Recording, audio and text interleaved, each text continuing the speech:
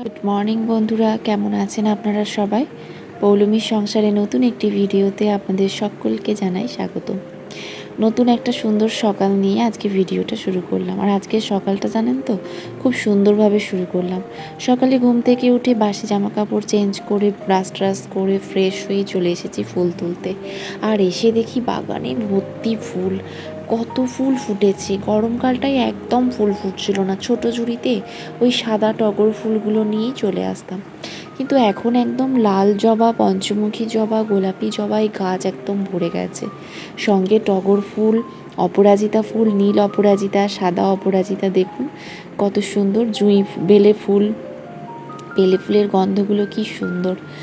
আর সব ফুল একদম ভর্তি, কোন ফুলটা ছেড়ে কোনটা নেব বুঝতে পারছি না।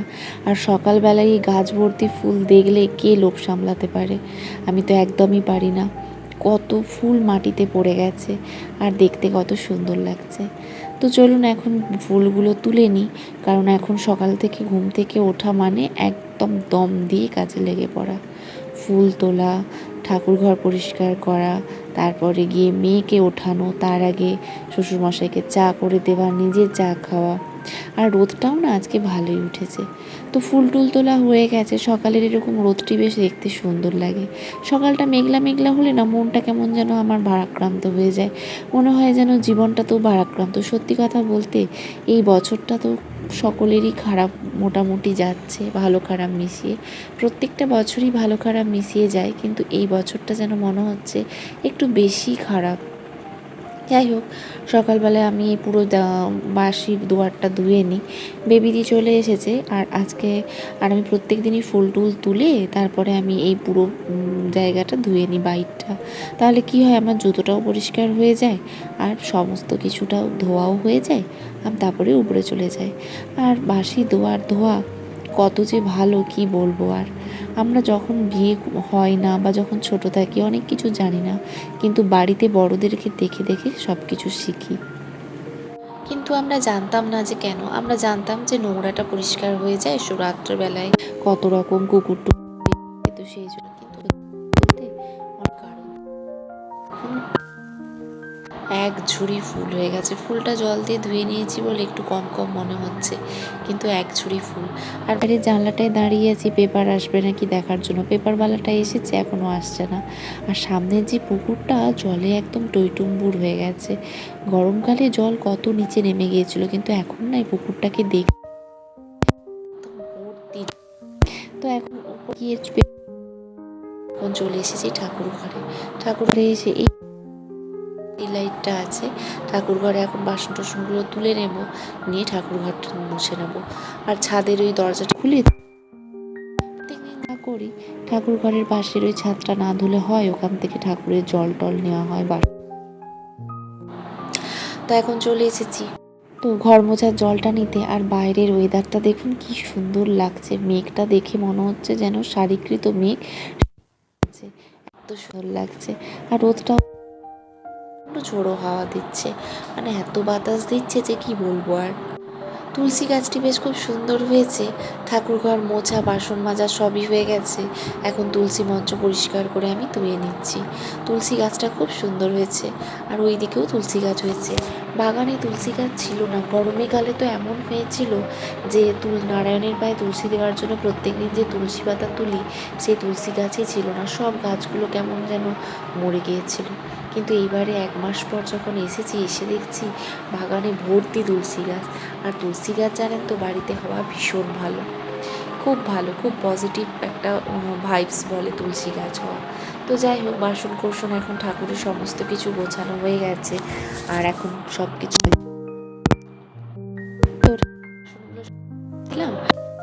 বলতে ঠাকুরঘরটা কি পরিষ্কার। এই দিকে লাইটটা আর কেটে গেছে, এই দিকে টিউবটা জ্বলছে, এই দিকে টিউবটা কেটে গেছে। তো যাই হোক, গোপালের জামাটা ধুয়ে টুয়ে নিয়েছি আর মিলেও দিয়েছি। নিচে যাই, আজকে বেবিদি কাঁদবে, তো সেজন্য ছাদের জামা কাপড়গুলোও তুলে নেব। কেন কি না ছাদে জামা কাপড়গুলো না তুললে বেবিদি আবার মিলতে পারবে না। তো সেজন্য ছাদে জামা কাপড়গুলোও তুলে নেব। আশা করি শুকোয়নি, কারণ গতকাল অনেকটাই বৃষ্টি হয়েছে। আর খুব বৃষ্টি পড়লে না, যেহেতু সেট আছে, জামা কাপড়গুলো একটু স্যাঁতস্যাঁতে থাকে। তবে সিঁড়ির রেলিংয়ে মুছে দিলে সুন্দর হয়ে যায়। তো চলো বন্ধুরা, ঠাকুর ঘরের কাজ হয়ে গেছে, এখন যাব নিচে। আর এই এত কিছু কাজ করার পর এত গরম লাগছে, নিচে গিয়ে একটুখানি 1 কাপ চা নিয়ে বসতে হবে, তাহলে মাথাটা ছাড়বে। এখন মেয়ের স্কুল ছুটি, কয়েকদিন স্কুল ছুটি, সোমবার থেকে স্কুল, তো সেই জন্য এখন ভোরে ওঠার ব্যাপারটা নেই, কিন্তু এখন গিয়ে মেয়েকে ঘুম থেকে তুলতে হবে। ও ছুটি পেয়ে এখন অনেক বেলা অবধি পড়ে পড়ে ঘুমোচ্ছে। তো ছাদে জামা কাপড়গুলো তুলছি, আর দেখে ভাবছি যে মানে কি বলবো, আর সময় কারোর জন্য থেমে থাকে না, সময় তার তালে ঠিক চলে যায়, তাই না? আর যখন বিয়ে হয়নি তখন এইসব বাসি কাপড় টাপড় ছাড়া বা এইসব কিছুই জানতাম না, তখন এগুলো মনে হতো কি হচ্ছে কুসংস্কার।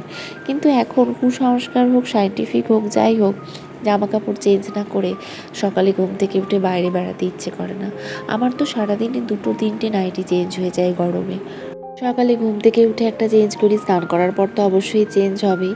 তারপর রাত্রেবেলায় যখন আমি রান্নাবান্না করে গ্যাস ফ্যাস মুছে একদম রান্নাঘর পরিষ্কার করে আসি, তখন নাইটি না চেঞ্জ করলে আমার ঘুম আসে না।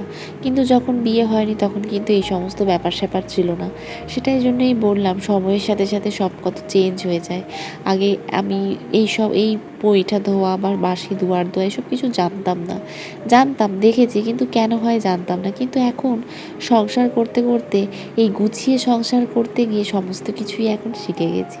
যাই হোক, জামা কাপড় তোলা হয়ে গেছে, নিচে চলে এসেছি। বেবিদি এখনও বাসন ধুয়ে আসেনি, তো উপরে যে বাসনগুলো ধুয়েছে সেগুলো ধোয়া আছে। আর গ্যাসটা তো রাত্রে মুছেই রাখি, আরেকবার মুছে আর এই স্ট্যান্ডগুলো লাগিয়ে নিলাম। রান্নাঘর মুছে টুছে পরিষ্কার হয়ে গেছে। আর আজকে জানো তো আর মাছের অর্ডার দেবো না, কারণ গতকাল যে ইলিশ মাছ এনেছিল, ইলিশ মাছটাই এখনও আছে। তো যা আছে আজ আমাদের হয়ে যাবে। কাপ টাপগুলো গুছিয়ে নিচ্ছি, আর আমার আর বাবার জন্য 2টো কাপ বের করে রেখে দিলাম, যেই কাপগুলোতে চা খাবো। এখানে ছোট ছোট কিছু কাপ দেখতে পাচ্ছ তোমরা, এই কাপগুলো আমার ননদের মেয়ের জন্য আমার শাশুড়ি মা বের করেছে। আমরা চা খাই দেখে ওরাও চা খাওয়ার বায়না করে, তো সেজন্য মা বলে ওদের জন্য এই কাপগুলো থাক। ঠিক ছোট্ট ছোট্ট কাপ, দেখতেও সুন্দর, আর সত্যি কাপগুলো দেখতে কত কিউট। তো চলো বন্ধুরা, এখন একটু চা বসিয়ে নিই, তারপরে আর যে বাসনগুলো আছে ওগুলো গুছিয়ে নেবো। বেবি দিয়ে আসুক তারপরে। তো এখন প্রচণ্ড চা খেতে ইচ্ছে করছে, আর এত জল হয়ে যায় স্ল্যাবটাতে না, কিন্তু কিছু করার নেই। উপরে কিছু বাসন ধুয়ে সেগুলো এখানে রেখে দেয়, গামলায় রাখার কথা বললেও শোনে না। এদেরকে তুমি যতই বলো এরা কোনো কথা শুনবে না, যে যার মর্জির মালিক, নিজের মতন নিজে চলে।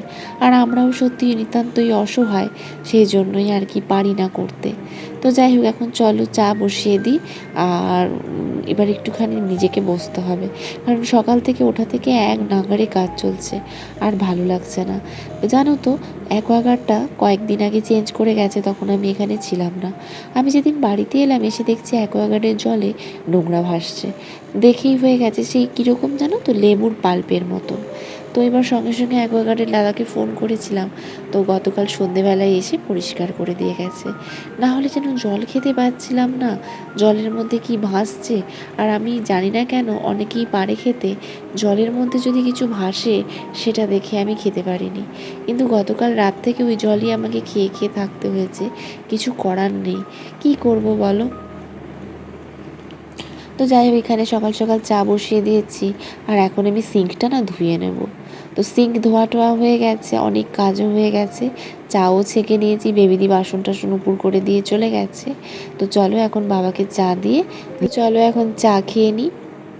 তো বন্ধুরা, এখন প্রায় ঘড়িতে বেজে গেছে 12টা।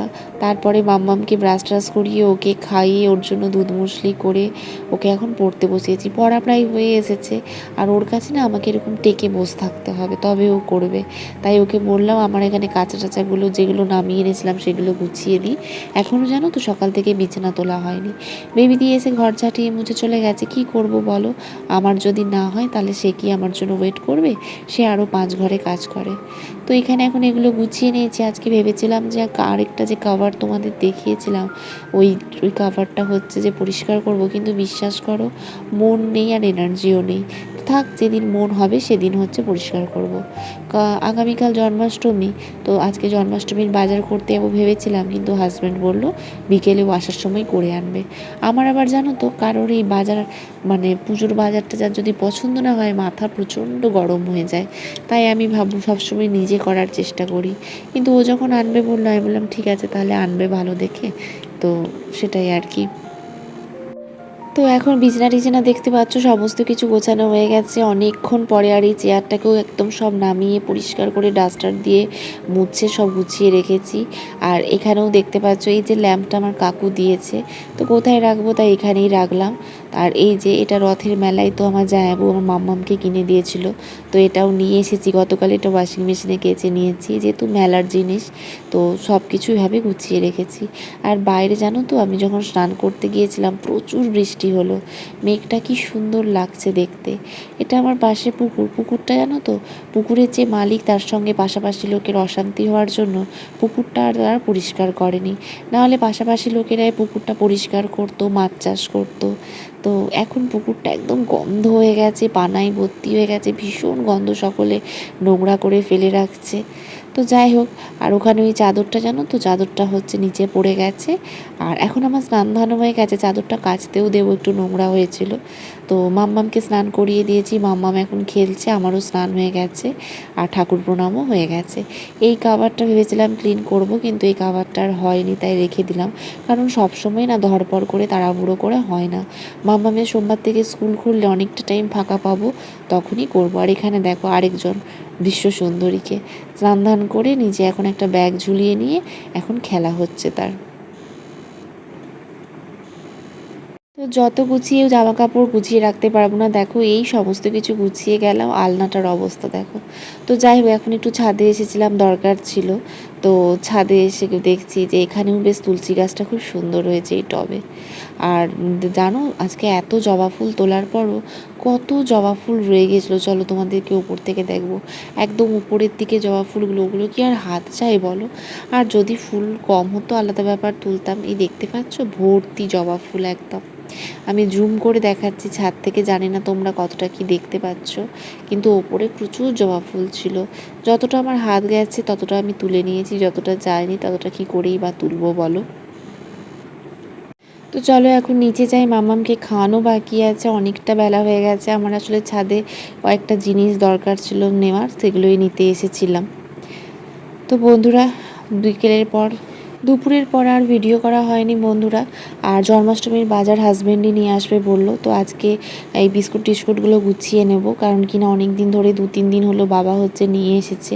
আসলে আমি সমস্ত কৌটোগুলো না কালকে ধুয়েছিলাম, তোমাদেরকে দেখিয়েছিলাম নাকি আমি জানি না গত ভিডিওতে। সমস্ত কৌটো ধুয়েছিলাম, তো এগুলো এখন রেখে দেবো যে যার জায়গায়। এখনও কিছু কৌটো ধোয়া বাকি আছে। তো চলো দেখে নিই কী কী নিয়ে এসেছে বাবা।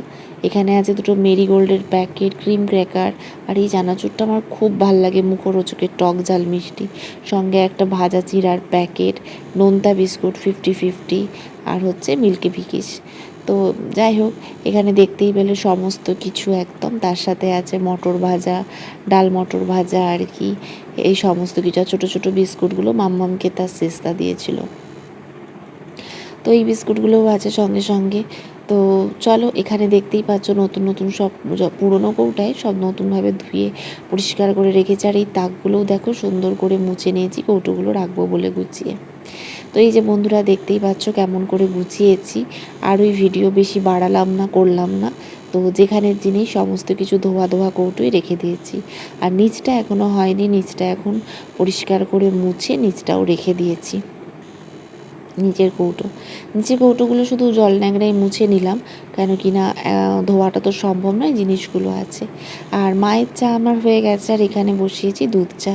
সন্ধেবেলায় দুধ চা খেলে না মাথাটা একটুখানি ছাড়ে। আর সকালে লিকার চাই খাই, কিন্তু সন্ধেবেলা একটু দুধ চা খেতে হয়, না হলে ঠিক হয় না। তো এখানে দুধ চা হচ্ছে, মায়ের চাও রেখে দিয়েছি, মা খাবে। আর চাটা দেখো, আমার চা খাওয়ার জন্য অনেকে খুব পাগল, আর গর্ব করে বলছি না, সত্যি কথা বলতে নিজের হাতের চা ছাড়া না আমার অন্য কারোর চা ভাল লাগে না।